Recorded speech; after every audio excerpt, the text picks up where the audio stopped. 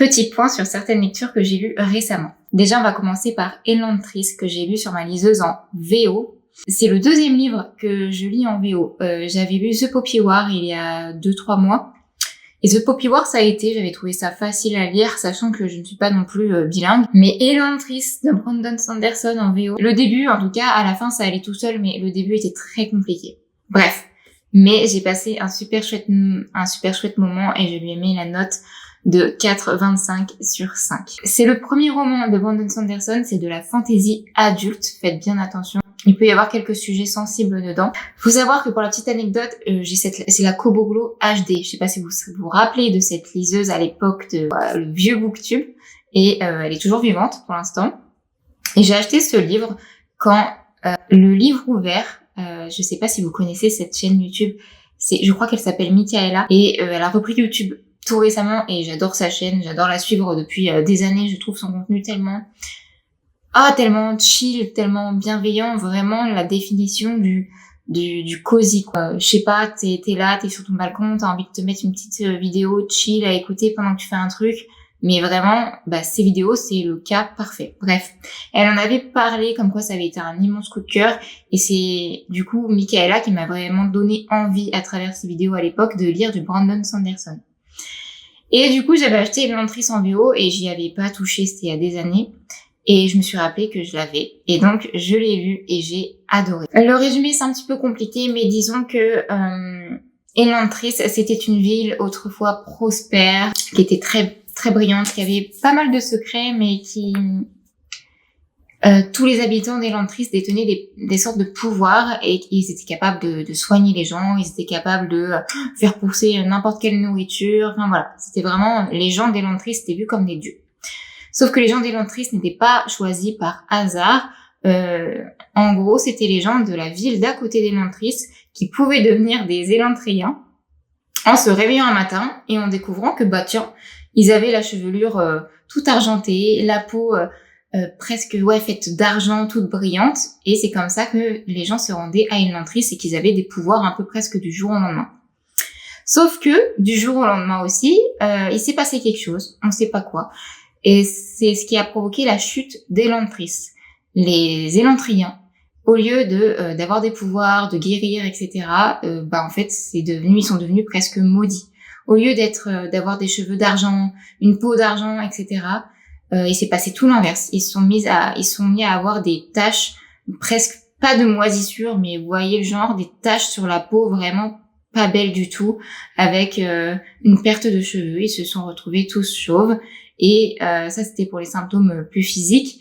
Et ensuite, plus de pouvoir et plus capable de se guérir. C'est-à-dire que s'ils avaient une blessure, leur blessure ne saignait pas, mais ils ne guérissaient pas et ils vivaient toute leur vie, sachant qu'ils sont immortels, avec la douleur. Bref, c'est devenu le chaos, sauf que dans les villes d'à côté, les gens pouvaient toujours se réveiller en devenant des Élantriens. Sauf qu'au lieu de se réveiller, encore une fois, avec la peau argentée et j'en passe, ils se réveillaient avec une perte de cheveux, la peau tachée et le cœur qui s'est arrêté de battre. On va suivre 3 personnages à l'intérieur. On va suivre Raoden qui est le prince du royaume où est Elantris, juste à côté. Et il va se réveiller un matin et c'est devenu un Élantrien. Et donc le roi, qui n'était pas très très proche de son fils, va le bannir à Elantris. Et tout le monde, bien évidemment, le croit mort. Raoden va donc mener son enquête pour essayer de savoir ce qui s'est passé avec cette ville et essayer de la sauver et de se sauver en même temps. Ensuite, on va suivre la princesse Sarene, qui devait être la future épouse de Raoden, qu'il n'avait vue que par visio, qu'il n'avait jamais rencontrée. Et au moment où elle arrive sur ces terres, on lui dit que son prince est mort. Elle est très intelligente, elle y croit pas trop et elle va mener sa petite enquête et on va la suivre. Et j'en dirai pas plus sur son personnage. Et on va suivre un 3e point de vue, on va suivre Racen, qui est incroyable. C'est un prêtre qui a réussi à convaincre par la diplomatie et par le massacre les autres royaumes voisins de prêcher la même religion que lui. Il reste plus que le royaume qui a Elantris, et un autre royaume qui s'appelle Théode, et il va tout faire pour essayer de les convertir à sa religion sans passer par un bain de sang. J'en dirai pas plus non plus, et c'était génial. Franchement, j'ai adoré.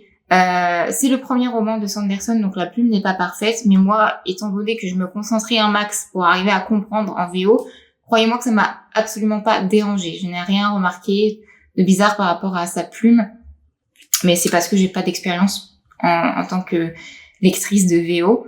Donc voilà, là-dessus, je me prononcerai pas plus. L'univers était incroyable. J'ai adoré les mystères des Lantris. C'est vraiment ce que j'ai préféré. Le personnage de Saren est pépite. Et Brandon Sanderson a écrit ce livre en 2005. Et à l'époque, il n'y avait pas tant de... Surtout quand l'auteur est un homme, il n'y avait pas autant de femmes mises en avant comme ça. Et Brandon Sanderson l'a très bien fait. Il y a quelques petites choses qui font que des fois, dans son roman, il est un peu maladroit. Enfin, il met le personnage de Saren en avant en un petit peu dégradant d'autres femmes dans son roman, donc c'est un peu maladroit, mais Saren est hyper intelligente, qui est hyper bien écrite et qui a vraiment beaucoup d'importance, et j'ai beaucoup aimé son personnage et elle est très attachante. Ensuite, on a Raoden que j'ai aussi beaucoup aimé, mais c'est le green flag par excellence, ce personnage. Et j'ai adoré son point de vue parce que vraiment, encore une fois, les mystères des Lantris, c'est ce que je voulais vraiment découvrir, quoi. Et Rason, je pense que c'est mon coup de cœur. C'est un personnage, un coup on l'aime, un coup on le déteste, un coup on l'aime, un coup on le déteste. On sait pas si on doit l'aimer, si on doit le détester. Il est hyper intéressant et j'ai adoré son histoire. C'était censé être un one-shot et récemment, Brandon Sanderson a annoncé qu'il y aurait une suite. Je sais que beaucoup de personnes avaient été déçues quand c'était censé être qu'un one-shot par la fin. Moi, faut savoir que il y aura pas de spoil, hein, mais moi, faut savoir que je déteste tout ce qui est fin ouverte. J'ai horreur de ça. Et moi, la fin des Lantris m'a vraiment suffi. Enfin, j'ai eu les réponses aux questions que je me posais. Et certes, il y a quelques trucs où voilà, on se pose encore des questions, mais c'est comme beaucoup de récits de fantasy où il reste quelques mystères. Mais voilà, on finit quand même quelque chose. Il y a quand même la fin de quelque chose. Et donc, en tant que one-shot, il me suffit. Enfin, je trouve qu'il peut se lire en tant que one-shot sans attendre de suite, personnellement. J'ai beaucoup aimé la fin, j'ai beaucoup aimé le début, j'ai beaucoup aimé le récit. Il y avait peut-être un petit peu de longueur de temps en temps. C'est pour ça que c'est pas un coup de cœur. Mais je sais pas, j'ai adoré et je vous le conseille. Alors peut-être pas en VO pour commencer, hein. Ça c'est vraiment la pire idée parce que rien qu'au début, faut savoir que, par exemple, pour les religions, il y a des religions avec des sous-religions et des sous-sous-religions, et elles ont presque toutes le même nom, et du coup, t'es là, attends, toi, tu crois à quoi? Ah oui, tu crois à ça.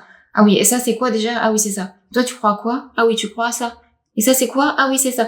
Enfin, c'était hyper compliqué à comprendre, mais c'était génial. J'avais lu aussi récemment le Golem de pierre de Claire Crust chez Nemos, et ça avait été un immense coup de cœur. Mais ça, c'est incroyable. C'est un one shot. C'est de la fantaisie adulte. Il y a 300 pages et en 300 pages, on arrive à tout. J'avais peur que ce soit trop court. En fait, on arrive vraiment à tout mettre. C'est-à-dire que, en gros, dans ce roman, on va suivre des jumeaux, enfin des faux jumeaux, donc un frère et une sœur. Où les premières pages du roman, on les suit quand ils sont adolescents et ensuite on les suit vraiment à l'âge adulte. Donc au début, quand on les suit, on va suivre déjà Yae, qui est donc la sœur et qui rêve d'indépendance, voilà, qui veut partir du petit village où elle habite, près de collines, près de montagnes, et elle veut partir, elle veut être indépendante et elle rêve d'aventure. Et à contrario, son jumeau, lui, la seule chose dont il rêve, c'est de comprendre pourquoi il entend des voix dans sa tête. Voilà, il entend des voix d'esprit qui sont vers la colline et il comprend pas pourquoi, et ça lui fait en plus très très mal à la tête. Et donc voilà, donc on va suivre ces deux personnages, tout en sachant qu'il y a 300 ans de cela, il y avait eu la guerre des golems. On n'en sait pas trop sur cette histoire, c'est une histoire que Yae et Almé ils adorent. On sait juste que les golems étaient très très puissants, qu'il n'y avait aucun moyen de les battre, et ils ont tout dévasté sur leur passage, mais un jour, petit à petit, ils ont disparu. On ne sait pas comment, on ne sait pas ce qui s'est passé, mais voilà. Aujourd'hui, du coup, c'est la paix, c'est la tranquillité. Jusqu'à ce qu'une inconnue arrive dans le village de Yae et de Almé et bouleverse leur destin. Voilà, j'en dirai pas plus. J'espère juste que vous n'êtes pas claustrophobe. C'était génial. En fait, je m'attendais pas du tout à ce qui se passe au début. C'est pour ça que je vous en dirai pas plus. Et donc, ça a fait que j'ai énormément aimé le point de vue de la sœur d'Almé, donc à savoir de Yae. J'ai trouvé hyper intéressant du début à la fin. Le point de vue de Almé était aussi super intéressant. Dans cette histoire, on parle de fantaisie adulte, de magie, de vengeance. Beaucoup le mot vengeance. Et c'est génial. Il y a de tout dans ce petit one-shot. Et c'est incroyable. Il y a même un petit peu de romance, mais très très léger, parce que moi j'aime pas trop la romance dans la fantasy. Et là, c'est tout juste ce qu'il faut.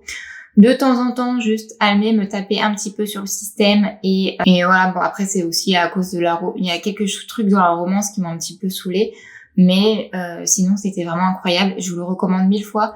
Je pense que c'est un très bon roman pour commencer la fantasy adulte. Et j'avais lu La Cité des Marches de Robert Jackson Bennett, le premier tome des Cités divines. Alors j'ai les 2 autres qui sont dans ma pile à lire. J'ai adoré, hein. C'est un 4,5, 4,75 sur 5, ça frôle le coup de cœur. C'est pas un coup de cœur parce que peut-être il y avait 2-3 longueurs et parce que je suis chiante, mais en vrai il le mériterait.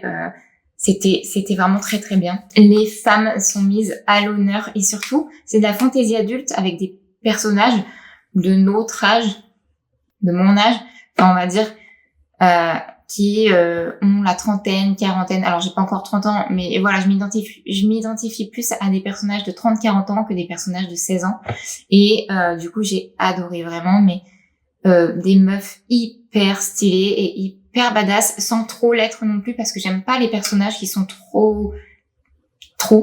Et vraiment là-dedans on a des femmes mais incroyables, avec chacune leur personnalité. On a aussi des hommes incroyables, on a des divinités, une histoire géniale, mais j'avais envie d'être historienne et de rentrer dans ce roman. Vraiment, tellement c'était génial. C'est un peu compliqué à décrire. En gros, autrefois, il y avait une ville qui s'appelait Bulikov, qui était, on va dire, la cité des dieux. Et un jour, cette cité, elle est tombée. Tous les dieux ont été tués par un chef de guerre qui venait d'une autre contrée. Et en même temps que tous les dieux sont morts, il y a eu une catastrophe qui s'appelle le sillement. On ne sait pas trop ce que c'est. Donc j'en dirai pas plus là-dessus. 70 ans plus tard, du coup, l'ancienne cité des dieux, Bulikov, c'est vraiment une catastrophe, quoi. C'est vraiment juste une terre de famine, il reste plus grand chose, des endroits en ruine, enfin voilà.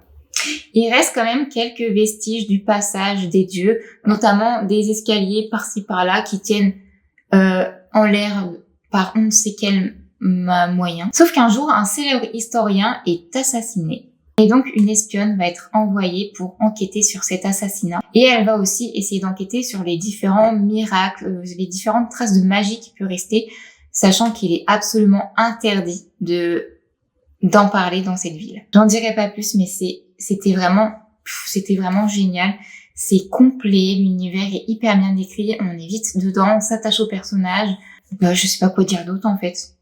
Il y a tout ce qu'il faut, c'était génial. Voilà, j'ai hâte de lire la suite. Dans le 2e tome, en fait, les 3 tomes, on suit un point de vue différent à chaque fois. Dans ce 1er tome, du coup, on suit Shara. Dans le 2e, on suit une autre personne. Et dans le 3e, encore une autre.